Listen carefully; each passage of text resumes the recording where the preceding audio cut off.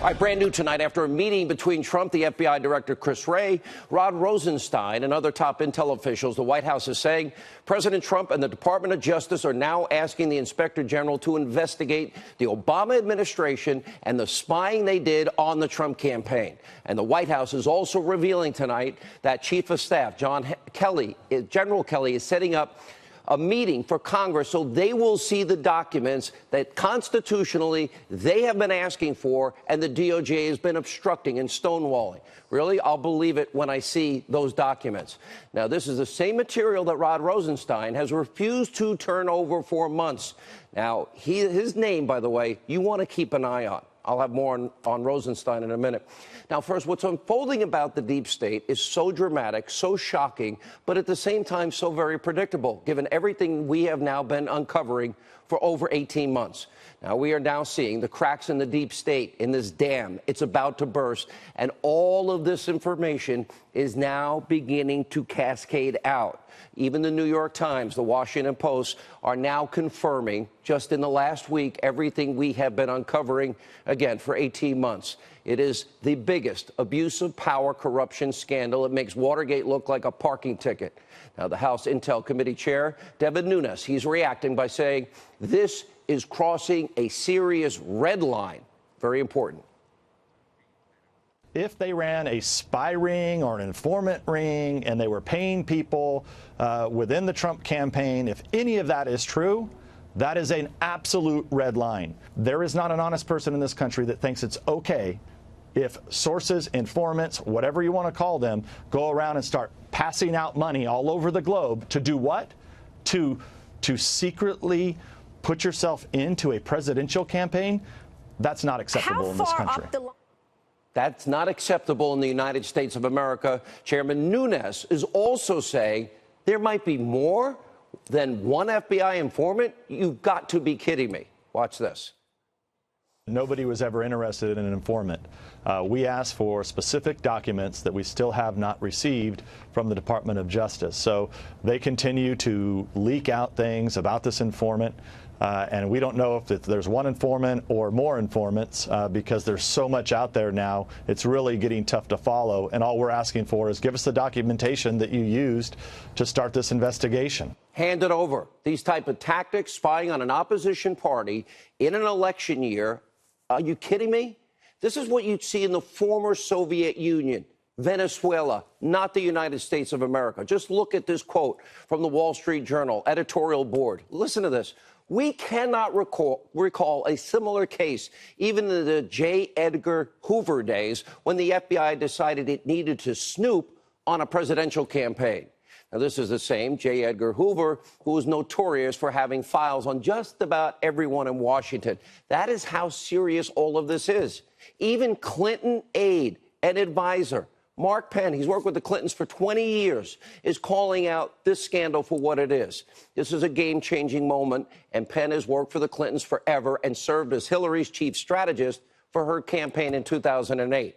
He is now calling this witch hunt for what it is and literally writing an op-ed in The Hill, stopping Robert Mueller to protect us all. Stunning headline. Penn goes on to explain how the facts are now undeniable. Mueller is on a crusade to get the president of the United States to overturn a duly elected president. He uses the term deep state, that it's real, that the FBI rigged the Clinton investigation and then targeted Donald Trump and his campaign when he was president-elect and now president. And Penn explained more on this on the story with Martha McCallum earlier tonight. Take a look. I think that the Inspector General's report is coming out. I think Nunes is finding out, like, what are the origins of the investigation. And there doesn't seem to be a real concrete intelligence origin for this investigation. And without a foundation, one wonders, what did we spend an entire year on? What did we disrupt everyone who was in the campaign, everyone who was in the administration? And also, former Solicitor General for the U.S., Ted Olson, he's out with a new piece where he explains how Robert Mueller's witch hunt could be setting up a massive constitutional crisis. And, of course, investigative reporter Cheryl Atkinson, she has a defining piece on all of this, literally called The Collusion Against Trump, an entire timeline. She breaks down every single key moment in this entire massive abuse of power scandal. We will refer to this throughout history because it's been going on for 18 months. Now the mainstream media, even they, finally are starting to catch on and admit that what we've been reporting and what others on the show have been reporting and other people, what we've been covering, we're now being proven right. They have to admit it. Look at this headline from the Washington Post over the weekend. Secret FBI source for Russia investigation met with 3 Trump advisors during the campaign. Here's a USA Today report. Look at this cover. It says, and even, by the way, even fake news liberal CNN, they can't ignore all the facts, all the evidence. Okay, it's taken them well over a year, but finally the media is starting to realize that they have missed the single biggest story in their lifetime as they pursued Russia, Stormy. Now, it's a massive abuse of power. We first reported on this March 7th, 2017, about FISA surveillance of the Trump campaign. Now, President Trump, he has every single right tonight to be outraged about what has happened. He has every right to want to know the truth. You, the American people, need to know the truth. We need to expose all of this criminal behavior. All of these deep state actors need to be exposed, and all of them held accountable. The Deputy Attorney General, Rod Rosenstein, okay, he's quick to respond to President Trump demanding the Department of Justice get to the bottom of it all. So Rosenstein is trying to make himself out to be a hero, but it's a total farce. Here's why. Rosenstein is doing what he always does, and that is protecting all of his deep state friends. Now, the Deputy Attorney General, he knows that by referring this to the Inspector General, it will buy them a year to 18 months and protect all these deep state actors. Now, it's going to take Michael Horowitz well over a year. We don't have over a year to uncover this.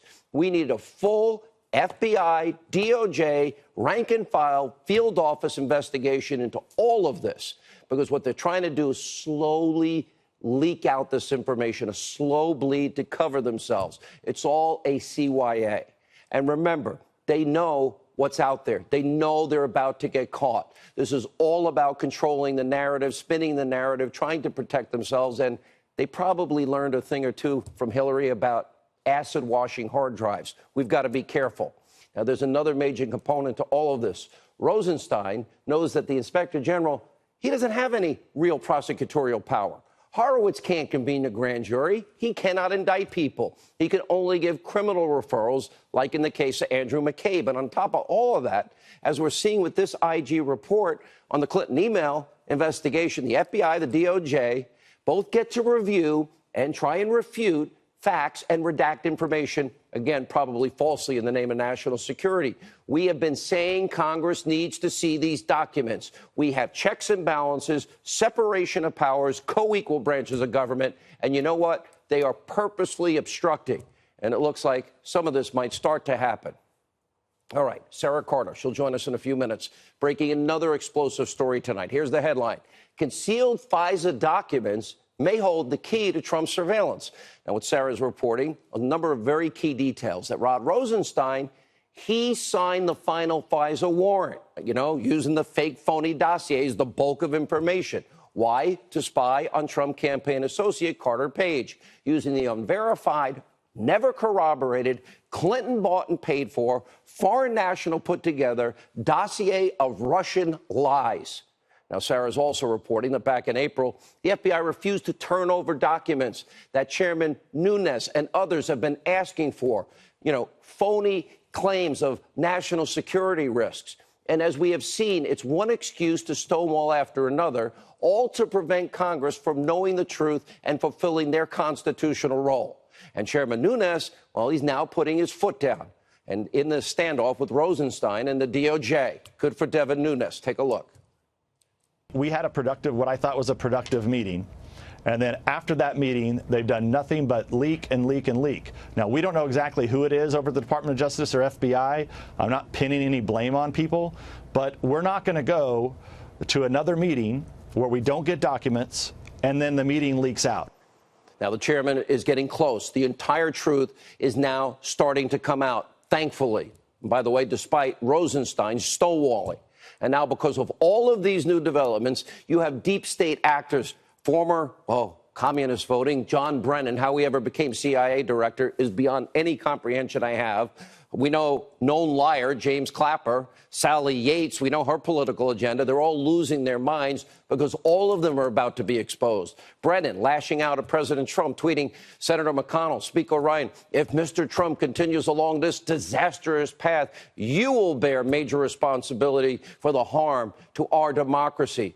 By the way, we're a republic. You do a great disservice to the nation and Republican Party if you continue to enable Mr. Trump's self-serving actions. Now, Brennan is up to his eyeballs in all of this. I am certain that's going to be exposed. And as we have been saying on this program, he's been lying about his involvement with this Clinton bought and paid for dossier for months, and he lied in front of Congress. And as for James Clapper, he's ensnared in the dossier scandal also. And Clapper, what is his response? Just like Yates, just like Brennan, let's go after the president and attack him.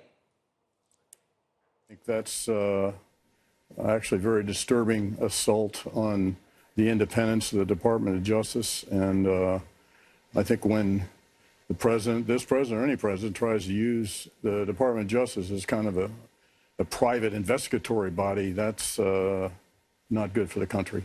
The big thing here is this is not about spying on his campaign. It's about what the Russians are doing. Were they attempting to infiltrate the campaign? And that was the concern. And that was, in my belief, is what the focus of this whole activity was about. The same Clapper bragged about the FBI spying on the Trump campaign and said it was a good thing? This is problematic. And then there's good old Sally Yates, who signed off on, yes, one of the FISA warrants like Rosenstein and was emailing with Andrew Weissman, the most corrupt member of Mueller's team, after she refused to enforce the travel ban. Yates is also trashing the president. Why? To save and protect herself. Watch this. Donald Trump himself accusing the Obama administration of improperly targeting his campaign for an investigation. What's your response to everything you've heard over the weekend? Well, obviously, I'm not going to comment on the specific facts there. It's really up to the Department of Justice to decide what information should be made public with respect to that. But, I think what we're seeing here is the president has just taken his all-out assault on the rule of law to a new level. Mm-hmm. And this time, he is ordering up an investigation of the investigators who are examining his own campaign. That's really shocking. The hard-hitting interview by Liberal Joe. Now, all three of these deep state players are scared out of their minds. They're directly implicated in all of this. So it's time to ask, what did they all know? When did they all know it? And just like I've been saying about their deep state friend, James Comey, who, by the way, James, I warned you, you had the right to remain silent. You didn't listen. Anyway, instead of running their mouths, well, they might want to now begin to lawyer up, and many of them are. Yeah, James Comey hired 3 lawyers. The 3 people he leaked documents to. Great attorney-client privilege for everybody but me. Anyway, another big development to tell you about tonight. The soon-to-be-released DOJ IG report on the Clinton email server investigation is expected to slam FBI leaders just like Comey, Andrew McCabe, for taking weeks to review emails that were found on Huma Abedin's shared computer with Anthony Weiner. And the IG report is supposed to come out very soon. And if the Inspector General Horowitz does his job and his 500 employees, Comey and McCabe should be very worried tonight. All right, a lot of ground to cover.